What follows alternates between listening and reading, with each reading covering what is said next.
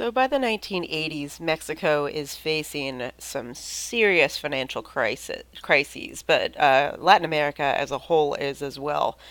This is generally referred to as the lost decade in Latin America. So let's talk about how this leads to a major change in Mexican economic policy. Their foreign debt skyrockets to $80 billion by 1982, and again, this was largely due to the plummeting of oil prices, and that was its primary source of revenue, also mineral and agricultural resources. But these are all being sold at reduced prices. In particular, as I mentioned before, the price of oil plummeted the most in international markets.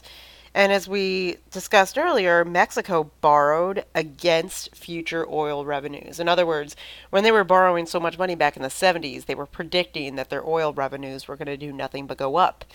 So when the price of oil collapsed, so did the Mexican economy. And with no money, the government couldn't pay off its debt. And there was a greater fear of an international banking collapse since there were so many creditors that had money tied up in the Mexican economy. The short term impact on Mexico was high unemployment, falling of wages, and also the increased prices of goods. The incomes and imports dropped, economic growth stagnated, and unemployment rose to high levels. Inflation was the reason why costs were increasing because the value of the peso was going way down. And this generally reduced the buying power of the middle classes. Banks had to somehow restructure their debts, though, to avoid financial panic. And so this meant that Mexico, when it got new loans, had to accept them with very strict conditions. And there was also a requirement that any debtor country had to accept any terms that the International Monetary Fund posed on them. So 10 years after 1980, you're going to see that real wages in urban areas continue to decrease as high as 20 or 40%. And foreign investment that could have previously been used to address social issues and poverty, were instead being used to pay the foreign debt. So, as I mentioned before, sort of the bailout loan to Mexico was a combination of funding from the IMF, the US government, and commercial banks. But the thing we need to talk about is what the cost of this loan is, and also what the forced solutions were, or in other words, the forced changes to the Mexican economy that this loan entails.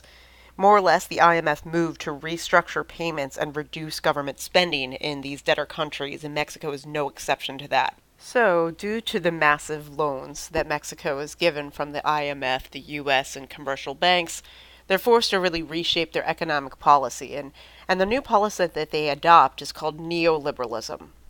In general, this is liberalism that embraces much more of a free market economy. The idea is to reduce and recast the role in the state. So, in other words, the state is going to be less directly involved in shaping the economy. Less regulation, less taxation, and in general, the private sector is going to absorb a lot more of these industries. There are three different components associated with neoliberalism, and free trade is the one we'll zero in on the most. But just to give you a sense of what the other two are, austerity is generally a phrase that's associated with the reduction of government spending. A phrase that we associate with austerity is trim the fat, right? Cut off all the excesses in government spending. This entails the reduction, or rather the elimination of government subsidies on things like food and public utilities. So, of course, we know that that's going to have a dramatic effect on the small farmers, right? If they're no longer going to, or small farmers and agricultural consumers, of course, when products such as corn are no longer subsidized by the Mexican economy, that means that corn, which is more cheaply produced and thus at a cheaper cost from the United States, are going to start to flood into Mexico. That will put farmers out of business and force them to relocate to areas in search of work. Austerity also cut government payrolls. It cut government spending on public projects.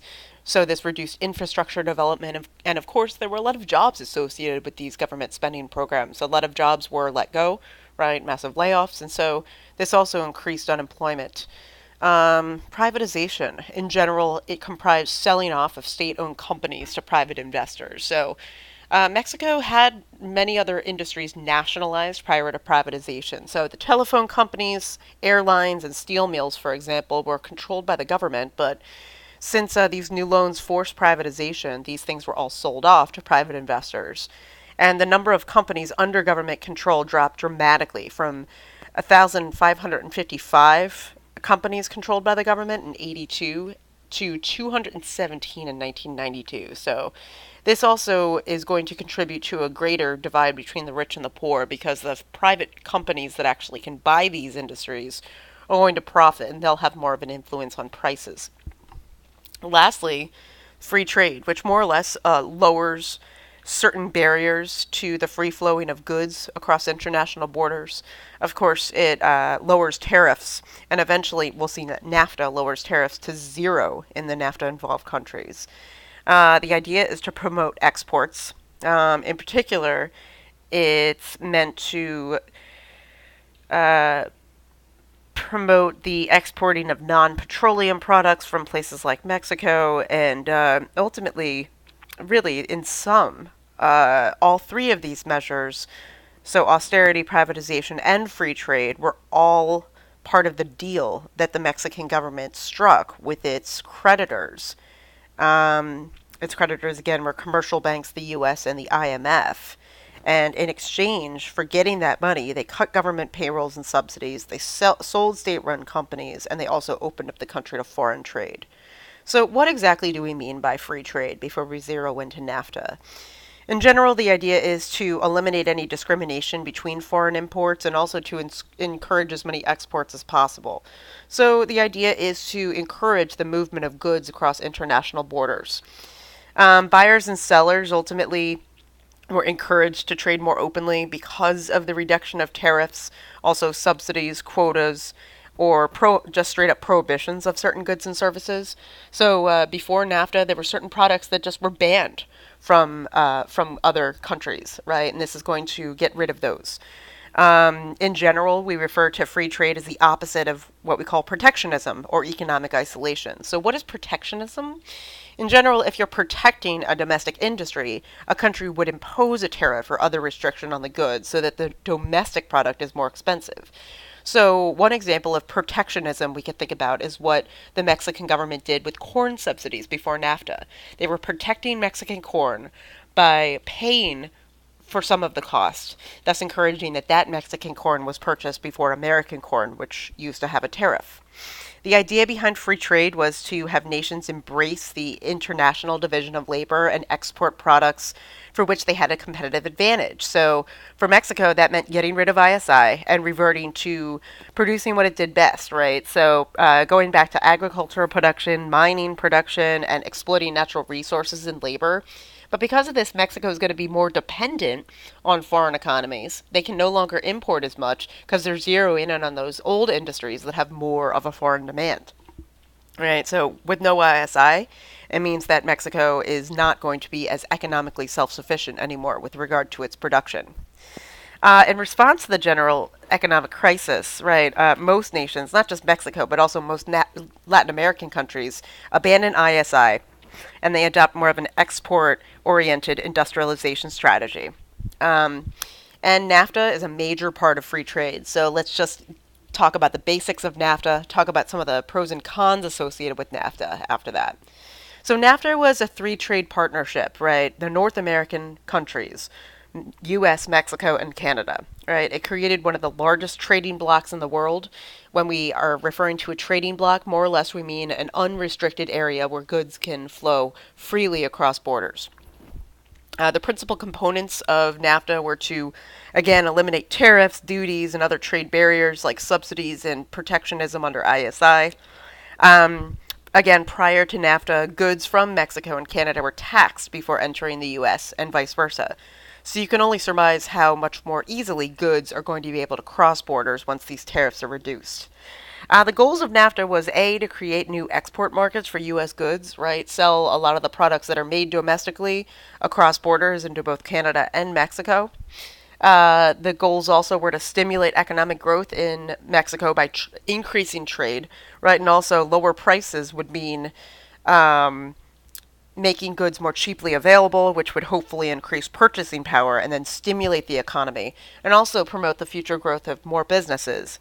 Also, the goal of NAFTA was to encourage foreign investment in Mexico, and many U.S. owned companies set up shop in Mexico due to the cheaper production costs. So, what are the pros and cons of NAFTA in general? So with lower tariffs, trade between Mexico, Canada, and the U.S. quadrupled. So obviously, just in terms of the effect on the economy, it was generally good in terms of trade. Um, it did create up to 5 million new American jobs with the increase in exports. Most of the jobs, of course, involve things like transportation, packaging, shipping, and distribution of products. Basically, with the increase of trade, think about all the different jobs that would be created as a result of that. But there's also some job losses, but they're a little bit more localized and specific. So, cheaper Mexican labor did mean that the U.S. lost about 500,000 manufacturing jobs. But it's a little bit more complicated than that. Not all of these manufacturing jobs just went to Mexico. Of course, NAFTA was passed over 20 years ago at this point, so there's been also just a growing increase in automation, for example. And so those jobs are actually being redistributed worldwide, right? And they're not being taken up by people, right? So automation is ultimately going to mean that people lose their jobs no matter what industry takes them up. Humans are going to be replaced by machines, right? Also, China entered the world market much more dramatically in the 1980s in particular. So this led to also a decrease in manufacturing jobs in the United States. China also, even without being involved in NAFTA, paid its workers less, and so therefore the U.S. could also outsource labor in those directions. A pro of NAFTA was that foreign investment tripled, that the U.S. invested $452 billion in Mexico and Canada. Another pro across the board for everyone is that NAFTA did lower prices. In particular, it lowered oil import prices from Mexico, and this was crucial because throughout the 1980s and 1990s, there were a number of U.S. skirmishes in the Middle East, and this meant that they had less dependence on Middle Eastern oil since they also had a source from Mexico. And the benefits of the trade pact also meant that there were lower prices for imported things like electronics and clothing, and these benefits again are widely distributed across the United States. Right, most people are able, regardless of where they live, to buy a certain commodity for less because these trade barriers are restricted. A con is that wages have been suppressed. In particular, manufacturing jobs in the U.S. are unable to collectively bargain or negotiate for higher pay because their companies often threaten to move to Mexico. And sometimes competition is so high that companies do actually bend and move to Mexico, relocate all of their jobs entirely because of cheaper manufacturing costs. And certain industrial economies are hit much harder than others. So, Rust Belt areas, right, areas such as in the Midwest and also in the Appalachian areas, the South, have experienced more localized job losses from these manufacturing industries relocating across the border. With the end of Mexican farm subsidies, again, small farmers could not compete with American agribusiness because American agribusiness still relied heavily on subsidies. So, again, American goods were much cheaper, and a lot of these are going to be exported into Mexico, and that's going to increasingly put farmers out of business. Many of them are faced with either relocating to cities in Mexico to try to look for cheaper work, or also illegally crossing the border into the United States in search of work. The Mexicans that do not leave Mexico are often forced to work in substandard conditions in the maquiladora programs, which we should zoom in on here in the next slide. Right, so a maquiladora plant was ultimately a huge assembly plant. Normally, they were located in northern Mexico in some of the border cities, such as Juarez and Tijuana, although there are some other ones in very large urban areas, such as Monterrey and also Mexico City. But ultimately, what they're designed to do, right, was to take parts that were manufactured elsewhere, assemble them, and then re-export them to the U.S. market. So ultimately, it reduced the price of production because the labor costs were that much cheaper. And that's one of the reasons why these areas are located along the border. Mexico generally believed that there would be millions of new jobs by increasing the exports from from the North American market to Mexico. They also believe that breaking down trade barriers would modernize and innovate the economy. But in general, we're not seeing that happen with the presence of maquiladoras.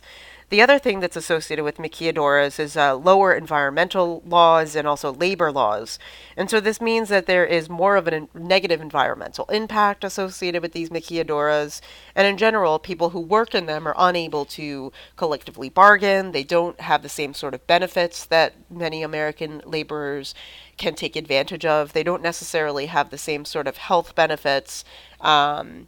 And so this is very problematic for them. They're increasingly experiencing um, little to no economic growth at all. The number of Mexicans living below the poverty line is now more than half.